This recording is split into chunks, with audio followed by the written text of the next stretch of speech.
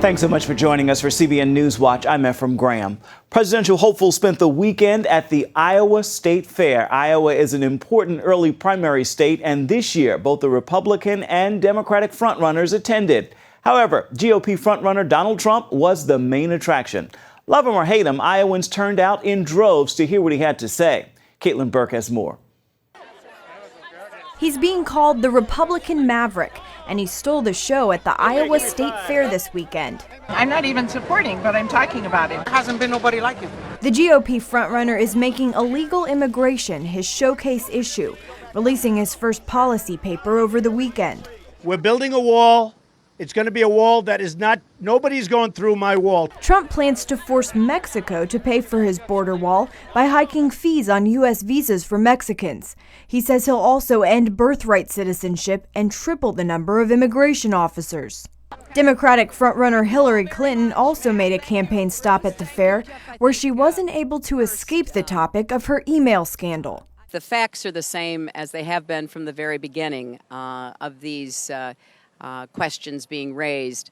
And most importantly, I never sent classified material on my email, and I never received any that was marked classified. However, a State Department official told the Washington Times that the total number of Hillary Clinton's emails identified as classified has now reached 60, and that doesn't include the 2 emails recently identified by the Inspector General as containing top secret information, indicating some of the nation's most sensitive secrets. Clinton says the entire email scandal is politics, just Republicans out to hurt her campaign. The chairman of the House Select Committee on Benghazi spoke on Fox News Sunday this weekend. He says this isn't an issue of partisan games. The Inspector General isn't partisan, neither one of them. In fact, they were nominated by President Obama and confirmed by Harry Reid-led Senate. The FBI is not partisan. I get that she's frustrated. Her poll numbers are tanking. Folks who never thought about getting into the race are getting in the race. But she need not blame House Republicans for having her own personal server. Trump also weighed in this weekend on the Clinton email scandal, saying that at some point it will cause her to suspend her campaign. That's ultimately going to happen. At some point she's got to. Look at General Petraeus. He was destroyed over much lesser crimes. During an interview with Breitbart News, Trump said he expected Clinton to be taken down by her email scandal and for the general election to be between he and Vice President Joe Biden. A new national poll shows Trump is still holding on to his big lead. Ben Carson has jumped to second. Caitlin Burke, CBN News. Republican presidential candidate Mike Huckabee will discuss the Iran nuclear agreement with leaders in Israel this week. Like most of the candidates, Huckabee opposes the agreement. Some lawmakers are using the August recess to explain to voters why they believe it is a bad deal. Arizona Senator John McCain said President Obama and Secretary of State John Kerry are, quote, delusional to trust Iran. He also said the deal will spark a Middle East arms race. Quote, it is obvious that Americans wanted a deal worse than the Iranians did. He's quoted in the Arizona Republic newspaper saying that, and also, I'm convinced that the other countries in the region will go nuclear. The Saudis could get it from Pakistan quickly. Now, the congressional vote will take place in September.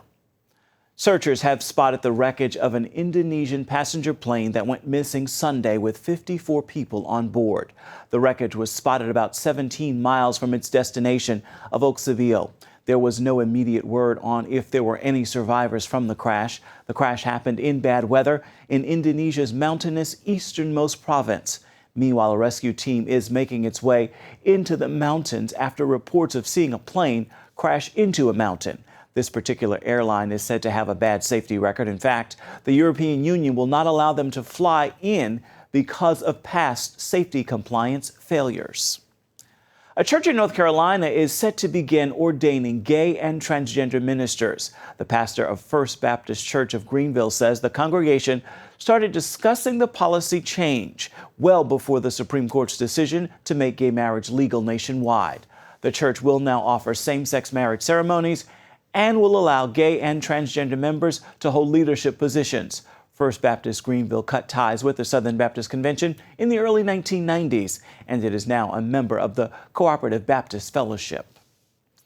Brace yourself for another extremely cold and snowy winter. That's the prediction of the old Farmer's Almanac, and they're often right, just like they were this last winter. The almanac calls for above normal snow and below normal temperatures in the Northeast, though not as bad as last year. It also predicts places that don't usually get much snow, like the Pacific Northwest, will see it this year. As far as El Niño's impact on California, the almanac says the drought-stricken state will get some urgently needed rain, but it likely won't be enough to end the drought. And still to come here on CBN NewsWatch, police officials in Israel are on high alert after a string of arson attacks. We'll tell you where they're happening and what's being done to stop them.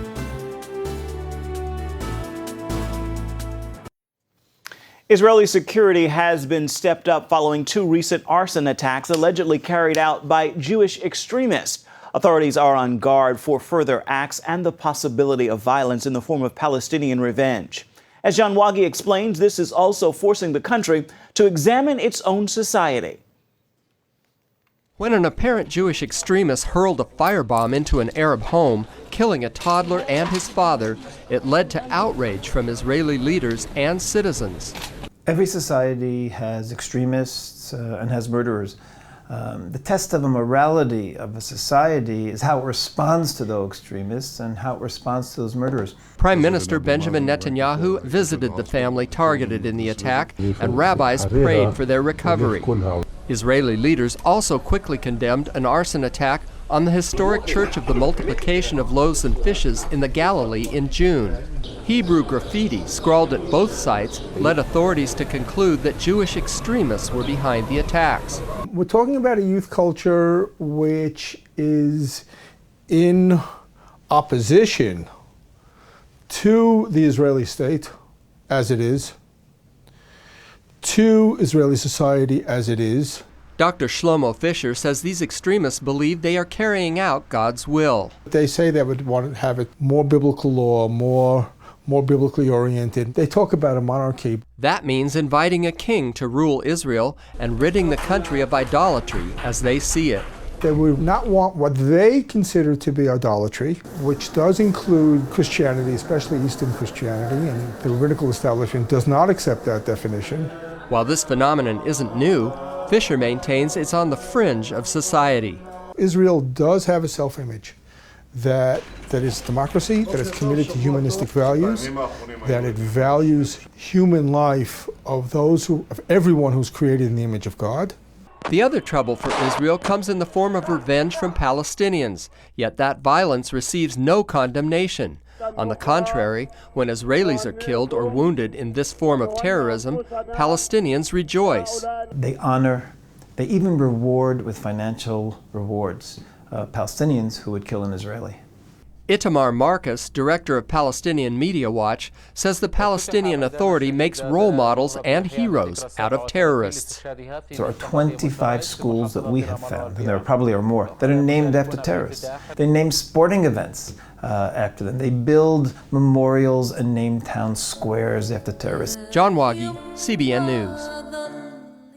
Christians and Jews have had a rocky 2,000-year history, but in recent years that's changed as evangelical Christians and religious Jews have reached out to one another and found common ground. One of the pioneers in that effort is Rabbi Eckstein. Take a look. When Rabbi Yechiel Eckstein founded the International Fellowship of Christians and Jews in 1983, his goal was simple: to build bridges of understanding between Christians and Jews and to show Christians how to reestablish their biblical connection to the land of Israel and the Jewish people. Over the next 30-plus years, IFCJ has far exceeded expectations. Not only is the organization a leader in Jewish-Christian relations, it has also helped thousands of Jews around the world escape poverty and anti-Semitism to return to their biblical homeland, Israel. And IFCJ has funded humanitarian assistance that has touched the lives of millions of Jews worldwide.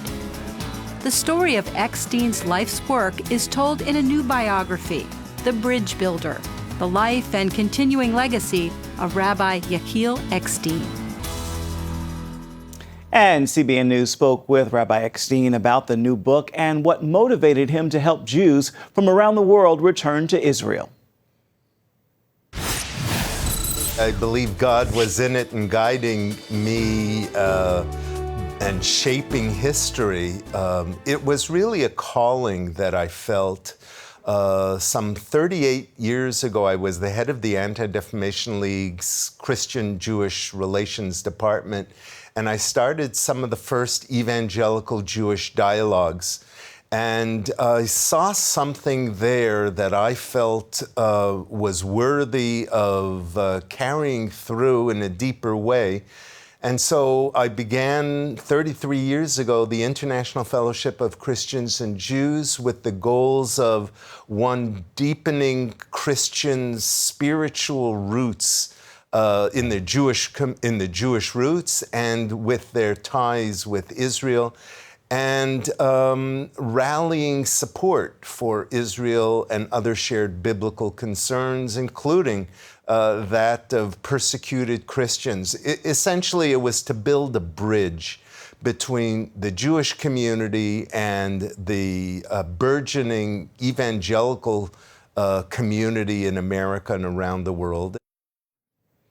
And you can see more about Rabbi Eckstein and his book on CBNNews.com.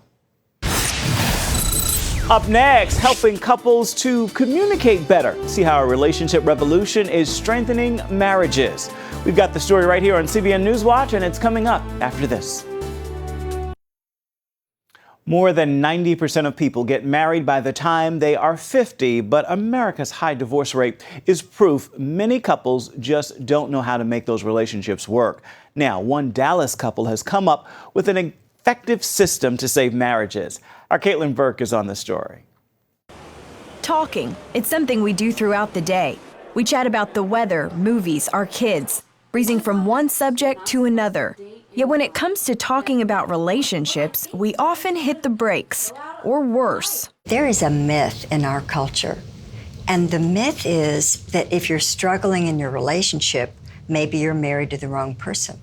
That if you're fighting, well, maybe you should get a divorce. Doctors Harville Hendricks and Helen Hunt say it's time to change that. Through conversation alone, a safe conversation, a new kind of talking, we could change the whole fabric of human beings all over the world. For years, this couple worked to help others just like themselves build stronger relationships. But then they looked at society as a whole and realized relationships were still falling apart. Only 14% of couples actually go to therapy. That led them to take their relational technology, information, and science from clinic to community. Back in 2012, they began an experiment to improve the wellness of Dallas by first concentrating on the wellness of the family. When the couple falls apart, then their kids fall apart. And if the kids don't thrive at home, they can't thrive at school. And if they don't do well at school, then they don't do well when they graduate, and they don't do well at work. And when they don't work well at work, it becomes a drain on the culture. The technology, called Safe Conversations, teaches a couple to both talk and listen. Talking is the most dangerous thing people do, and everybody talks. Very few people know how to talk so that they don't produce some kind of rupture or conflict. During free workshops, Hendricks and Hunt teach couples to connect and feel safe with each other through healthy communication. Is now a good time for me to share with you an appreciation? Yeah, it's a good time. So now make eye contact and hold eye contact for about 3 deep breaths. People are longing to be in a relationship, but they didn't know how. We now have the technology to teach couples to be in relationship. It's becoming a relationship revolution. The goal, to change the entire culture of society, one marriage at a time. So we could change up to 30% of the families in America. We would change the whole culture, and in that sense, change Western civilization. Hendricks and Hunt tested this relationship technology on their own marriage out of necessity and desperation. We actually went to therapy about 15 years ago, and the therapist called us the couple from hell. We were horrible. And then we decided, well, maybe we should apply the system to our relationship. But what we discovered was you can't just decide to do it. You have to practice it every day. It has to be a new way to talk. You spent a lot of your time trying to be validated, and that need never being met. You never got their time. I never got their time, kept striving for it by working harder and longer. Didn't happen. The Dallas experiment is working, and Hendricks and Hunt plan to take their workshops into other communities. As a bonus, they tell us the couples they've helped are spreading the word as well. These couples are becoming, in fact, the little army in the front line of a relational revolution, and we're going to support them. Caitlin Burke, CBN News, Dallas, Texas. A relationship revolution, and any good relationship is worth the work. Stay with us. We're coming right back. More than 100 people have been killed by massive flooding in Myanmar, and more than 300,000 people have been displaced. CBN humanitarian and disaster relief teams continue to bring relief to the flood victims stranded in isolated areas, helping them recover from the calamity. Lucille Toulousan reports now from Myanmar. In the wake of the severe flooding in Myanmar, people still suffer from food shortages, especially in hard-to-reach villages. A. Aung and her children were stranded for 2 weeks because of the flood waters. I was very scared. The water was rising so fast. My children were crying. We sat on the bed waiting for people to come and give us food. A. Aung and her family are among the more than 300,000 people affected by floods caused by heavy monsoon rains. Most of them have not been getting enough help because their villages have been isolated. Despite the difficulties, CBN humanitarian and disaster relief teams are responding to the needs of the victims, giving them food and blankets, and finding more ways to help them recover. We're using these cow carts and bringing these relief goods to some 300 families inside this village. It's because it's taking 1.5 hours for people to walk through mud and flood waters to go to the highway, and so they don't have access for food. A. Aung was very happy to get her share of food supplies and a blanket. Thank you for the food. This is a big help to us. My daughter is very happy with her new blanket. Village humanitarian head Uchi Thin was delighted that CBN came to help their community. Thank you, CBN. We appreciate your help and your words of encouragement. As the relief efforts continue, CBN Myanmar country manager Sandy Baratha looks for ways to minimize future flood damage. The flood will happen again and again. So in my point of view, we need to do rehabilitation project in some area so they will really relieve from the flood in the future. And it's more than just meeting physical needs. CBN is also helping local churches bring spiritual relief and comfort. We want to serve and equip the body of Christ, so the body of Christ, which is church here, local church, can reach and share the love of God to the community. This latest crisis to hit Myanmar has provided Christians with an unprecedented opportunity to share their faith with the people. Lucille Toulousan, CBN News, Mandalay, Myanmar.